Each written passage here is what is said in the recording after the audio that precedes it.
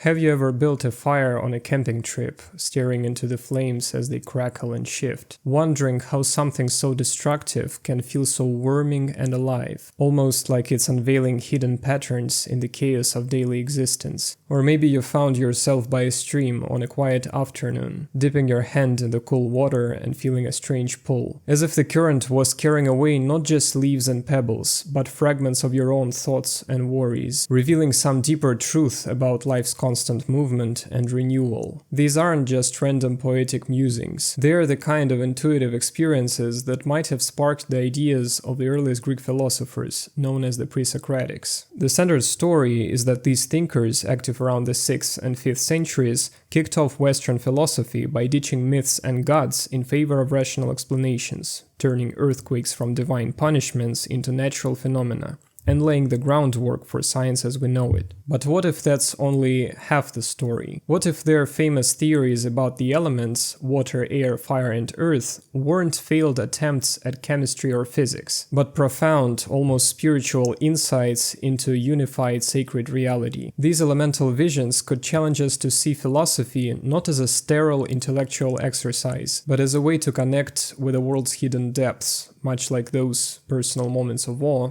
that make us feel part of something larger. This idea taps into universal curiosity. Why do we seek meaning in nature, and how does this search shape our understanding of existence? In mainstream philosophy education, especially in places like British and American universities, the Pre-Socratics are often framed as the fathers of rationality. Textbooks highlight how they moved from Homeric tales of warring gods to logical inquiries about the cosmos, influencing everything from Aristotle to modern physics. Yet, while experts acknowledge the mythical and cultural influences on these figures, the popular narrative can make their work seem like an early scientific hypothesis, detached, empirical, and secular. Digging into the fragments that survive, however, paints a different picture, one where reason isn't opposed to mystery, but intertwined with it, serving as a tool to express deep, intuitive encounters with the universe. It's like the difference between dissecting a vibrant sunset by measuring wavelengths of light to explain its colors,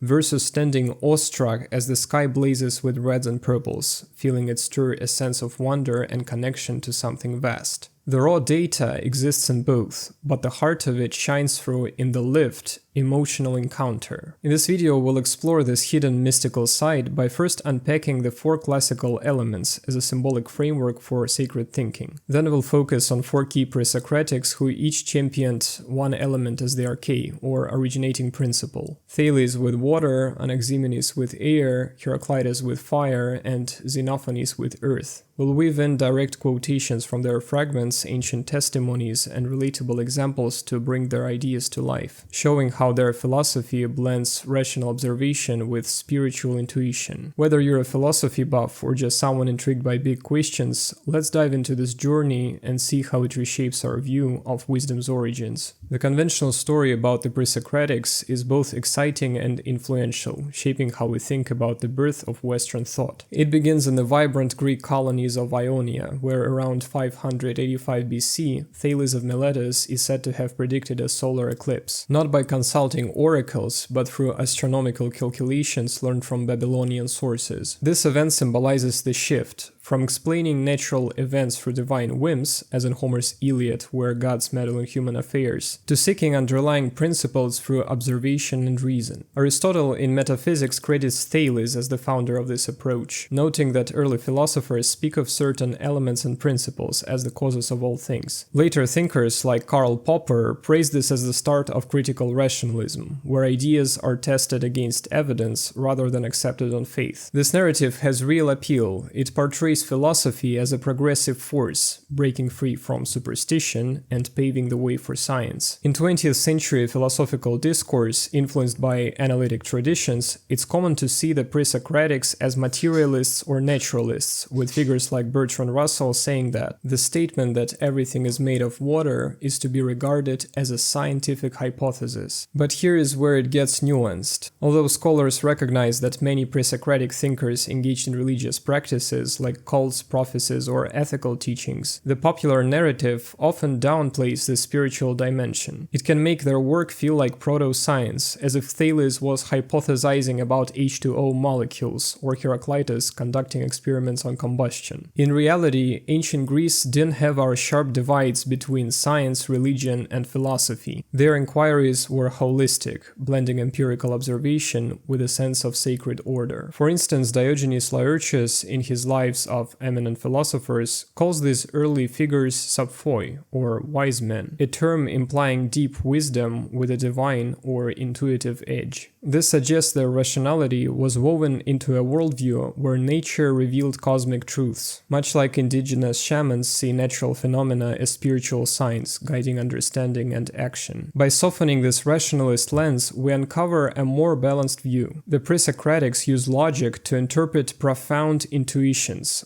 much like a poet uses structure to capture emotion. This doesn't undermine their contributions. It humanizes them, showing how philosophy arises from that innate human drive to find meaning in the world around us. To truly appreciate this mystical dimension, we need to understand the four classical elements, earth, water, air, and fire, not as outdated scientific categories, but as a profound symbolic system for grasping reality's interconnected layers. Later systemized by Empedocles and Aristotle, these elements originated in earlier Pre-Socratic thought as dynamic qualities rather than static substances. Water embodies fluidity, change, and nurturing origins. Think of rivers carving valleys or oceans birthing life, symbolizing adaptability and the cycle of birth and death. Air represents the invisible, mobile force of life and thought, like the wind that scatters seeds or the breath that animates our bodies, evoking subtlety and boundless potential. Fire stands for energy, transformation, and illumination, consuming the old to fuel the new, as in a forge reshaping metal or a sunrise dispelling darkness. Earth provides stability, fertility, and depth, a solid foundation that grounds everything, from mountains enduring eons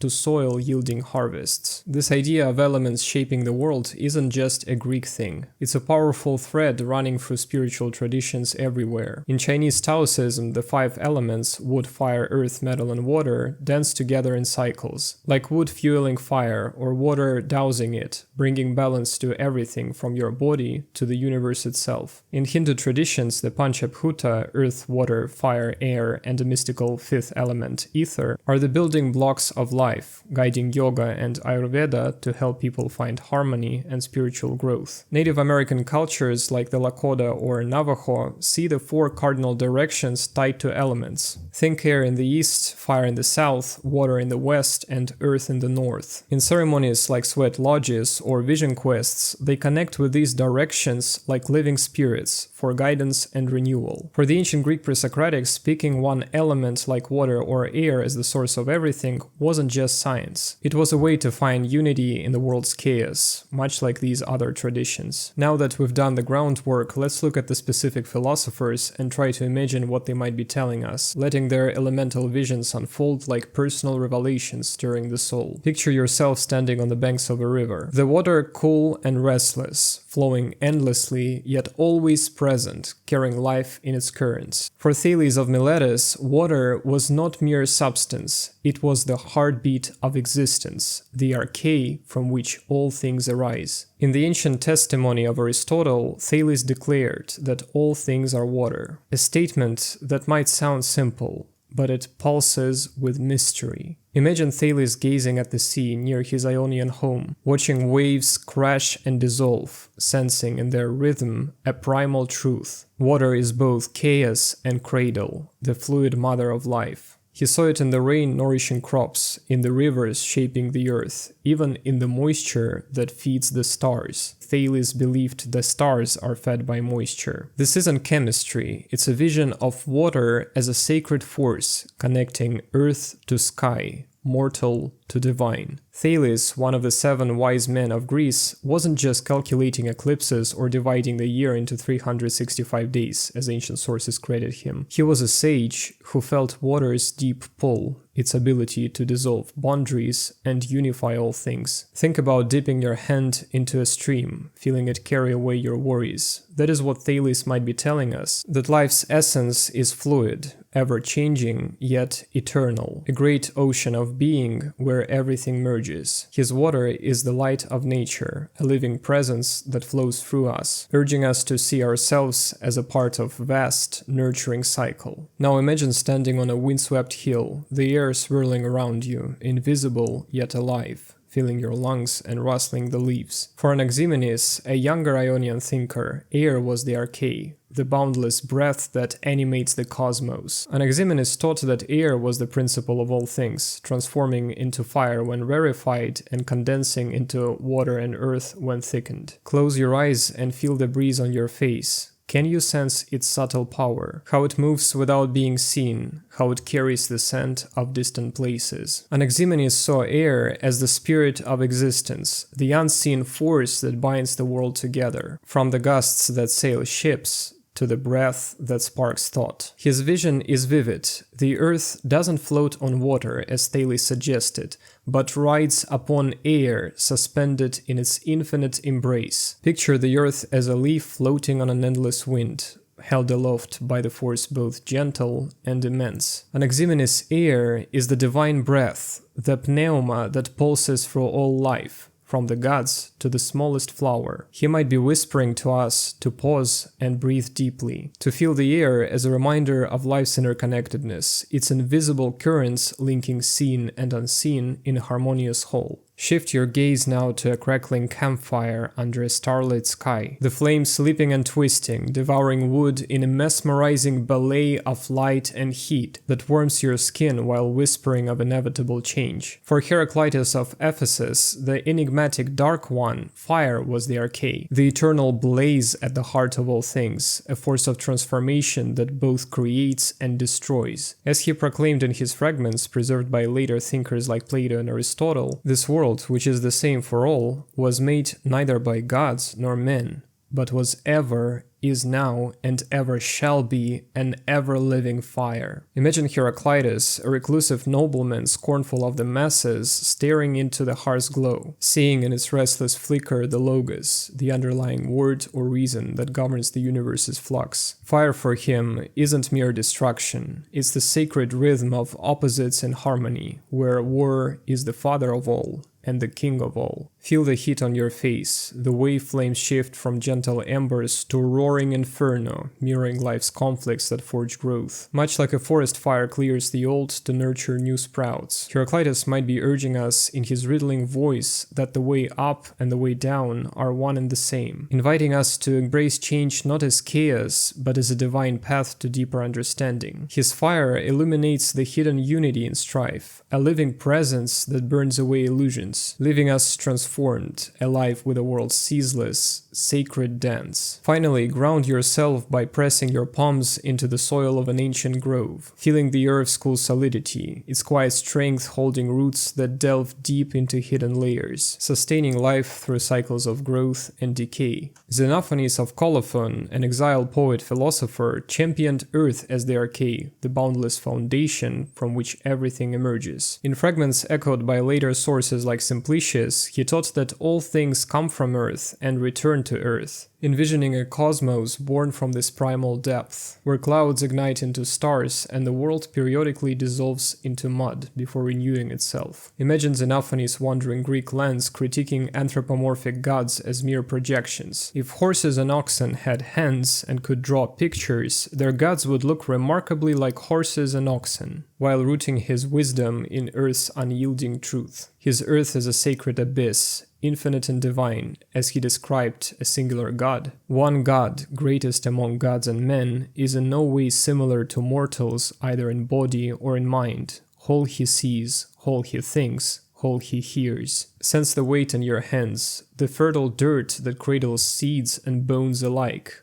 This is what Xenophanes evokes. A profound stability amid illusion, calling us to dig beneath surfaces, for eternal truths. His vision grounds us, reminding that in Earth's embrace lies the unity of all, a quiet revelation that steadies the soul against the winds of fleeting change. By exploring these elemental visions, Thales' nurturing waters, Anaximenes' boundless breath, Heraclitus' transformative blaze, and Xenophanes' steadfast depths, we see the Presocratics not as detached theorists, but as seers attuned to the world's sacred pulse. Their ideas challenge us to look beyond the rational facade, to those intuitive flashes where nature speaks directly to the heart. What do you think? Did this poetic, immersive dive into ancient wisdom resonate with you? Would you like to see more videos in this style? If it sparked something in you, like this video, subscribe for more explorations like this, and share your reflections in the comments. What force in nature truly awakens your deepest sense of wonder? See you in the next videos about philosophy.